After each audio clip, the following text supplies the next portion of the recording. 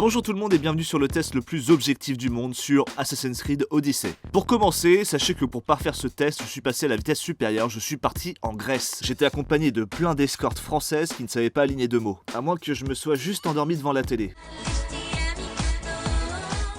Ouais, c'est peut-être ça. Ah, Mykonos. Ce nom fleure le MST aujourd'hui, mais à l'époque, c'était quand même beaucoup plus classe. Bref, bienvenue à tous sur le test sur Assassin's Creed Odyssey. Alors, je sais qu'il y en a beaucoup qui se posent des questions. Est-ce qu'Assassin's Creed Odyssey n'est qu'une simple extension de Assassin's Creed Origins? Les nouveautés sont-elles convaincantes? Est-ce que l'IA est toujours aussi intelligente? Est-ce que les bugs sont drôles? Que fout cette séquence dans mon montage? Tant de questions qui trouveront des réponses durant ce test.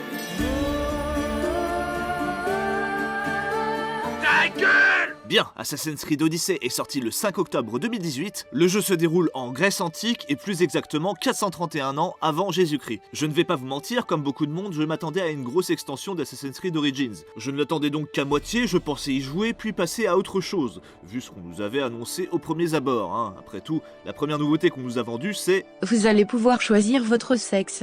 C'est-à-dire, choisir la taille de mon sexe? Non, tu pourras choisir de jouer un homme ou une femme. Wow, c'est prometteur, dis donc, du jamais vu. Bon, c'est un petit détail, mais c'est bienvenu. N'ayant pas l'habitude de jouer des femmes dans les Assassin's Creed, je me suis permis de prendre Cassandra. Et comme tout bon testeur de qualité, il est normal que je la voie sous tous les angles. Et merde, c'est quoi cette culotte? C'est dégueulasse! Bon, on va vite lui trouver un pantalon. Et on va enchaîner sur une des nouveautés les plus intéressantes de cet opus, qui sont les choix.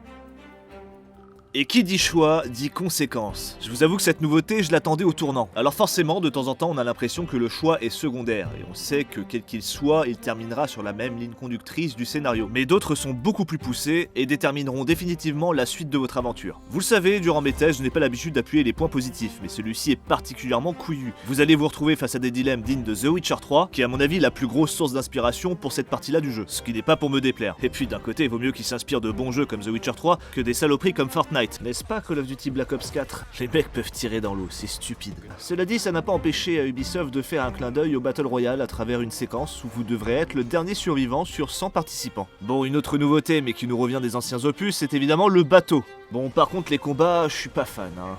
On se bat avec des javelots, des flèches, et le seul truc un peu badass, c'est de foncer dans les ennemis. C'est beaucoup moins intéressant qu'avec des canons.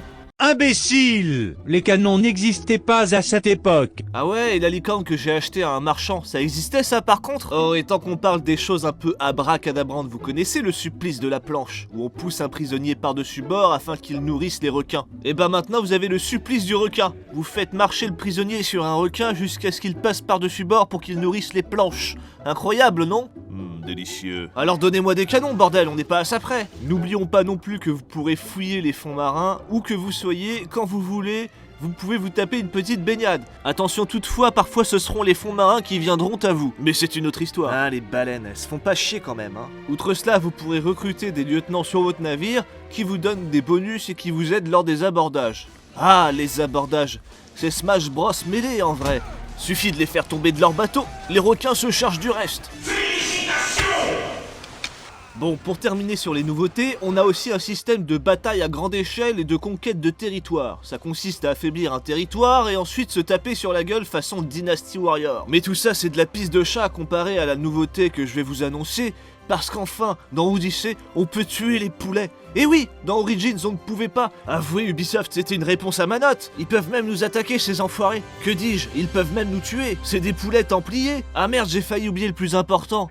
Le sexe. C'est très simple, hein, la Cassandra que j'ai créée est le vide-couille de la Grèce antique. Une partouze, une vieille, une prostituée, me voilà. Je vends même mon cul auprès de la plèbe pour récupérer de pauvres objets. Puis à un moment, on a tellement de quêtes à faire pour baiser que les scènes doivent en valoir le coup, non? Eh bien, mettez-vous à l'aise et constatez par vous-même. Très bien. Passons à la suite du programme.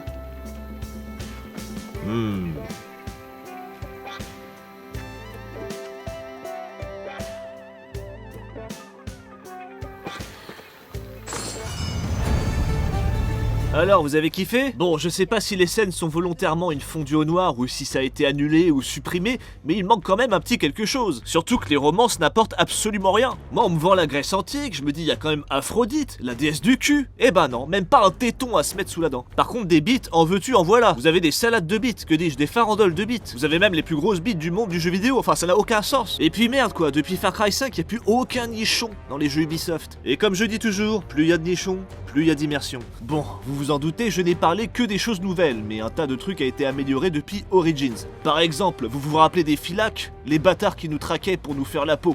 Bon, cela dit, c'était vite plié, il n'était que 10. Et bah là, sur Odyssey, le système a été largement amélioré. Et il est surtout plus contextuel, car plus vous vous ferez cramer en train de faire des bêtises, comme voler ou assassiner, plus vous aurez une prime sur votre tête, ce qui intéressera de plus en plus de mercenaires. Pour régler ce souci, vous pouvez payer votre propre prime ou aller tuer celui qui a mis une prime sur votre tête. Mais bon, c'est très bien qu'il me traque parce que je suis une femme. C'est du harcèlement, ça, monsieur. Saloperie de mercenaires privilégiés. Parlons maintenant des vilains, le culte de Cosmos. Vous vous doutez bien qu'il va falloir les assassiner, et le jeu intègre donc une mécanique d'enquête plutôt sympa et moins répétitif que les anciens volets. Et heureusement parce que vous avez beaucoup de monde à tuer. Parfois mis en scène avec un dilemme bien juteux, parfois tuer sans le faire exprès pendant une escarmouche. Globalement, vous n'êtes pas obligé de réunir toutes les preuves pour les tuer. Vous avez parfois des indices préliminaires qui vous laissent savoir où est-ce qu'ils peuvent être, et le fait de pouvoir tomber sur eux par hasard rend l'enquête organique. Bon, j'ai pas grand chose à dire là-dessus, mais par contre sur le gameplay, j'ai des choses à raconter. Sachez d'abord qu'Odyssey est beaucoup plus axé RPG qu'Origins, puisque vous aurez, outre les 3 branches de compétences classiques, arc, guerrier et discrétion, un choix à faire sur vos compétences à utiliser. Sans compter évidemment les équipements plus ou moins rares qui nous donnent des bonus optimisés dans chaque arbre, ce qui pose un petit problème puisqu'on ne peut pas enregistrer nos armures et s'adapter en fonction des situations. On ne peut pas changer de tenue en claquant des doigts. Il faut tout faire un par un et se rappeler de nos armures. Du coup, si vous vous retrouvez dans un combat ouvert qui n'était pas prévu, un boss ou autre, vous aurez bien l'air con avec votre tenue spécialisée en assassinat. Puis j'ai jamais été très convaincu, même si ça apporte un degré d'évolution au personnage et que ça calme nos envies d'aller partout dès le début, je pense qu'il y a encore des choses à améliorer sur ce point. Sinon, les assassinats sont toujours franchement très sympas. Buter quelqu'un et se barrer en courant comme un gros lâche chatouillera le scrotum de votre ego et vous vous sentirez assassin. Les combats sont tantôt techniques, tantôt bordéliques, on prendra plus de plaisir durant les duels face à des ennemis coriaces qu'à se battre contre une armée entière. Bref, parlons d'un sujet juteux, comme ma bite. Parlons de l'intelligence artificielle. Alors là, je sais pas comment c'est possible, mais on a des soldats encore plus cons qu'avant. Regardez-moi ces victimes déjà, rien qu'en sifflant, je leur mets la pression. Cela dit, ça marche bien puisque parfois ils s'arrêtent de bouger en plein combat. Parfois même, ils nous filent de quoi s'enfuir. Merci pour le cheval. Mais je crois que le pire, c'est avec la gestion du feu. Puisque faut savoir que dans Odyssey, si vous approchez trop d'une torche, vous prenez feu. Exemple. Non, vite éteindre ça. Alors imaginez avec les ennemis, ça donne des séquences franchement drôles. Déjà, lorsqu'on lance une torche quelque part, ils y vont même s'il y a du feu. Et là, vous avez une séquence qui vous résume tous les soucis d'un coup. Je vais pour buter cet ennemi dans son sommeil, Cassandra prend feu. Du coup, elle fait du bruit, ça réveille l'ennemi qui nous demande « Qu'est-ce que tu fais ici ?»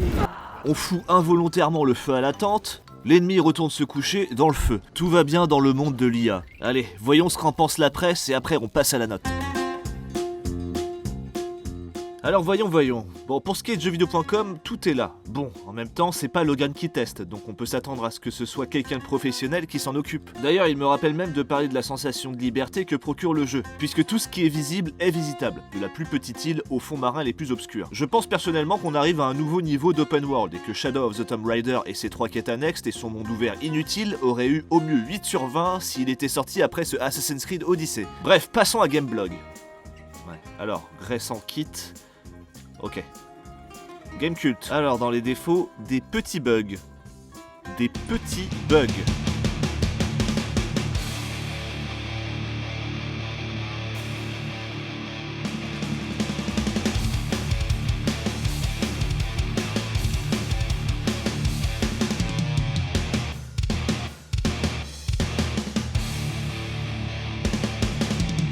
Bon, au moins ils ont le mérite d'être drôles. Allez, on passe à la note.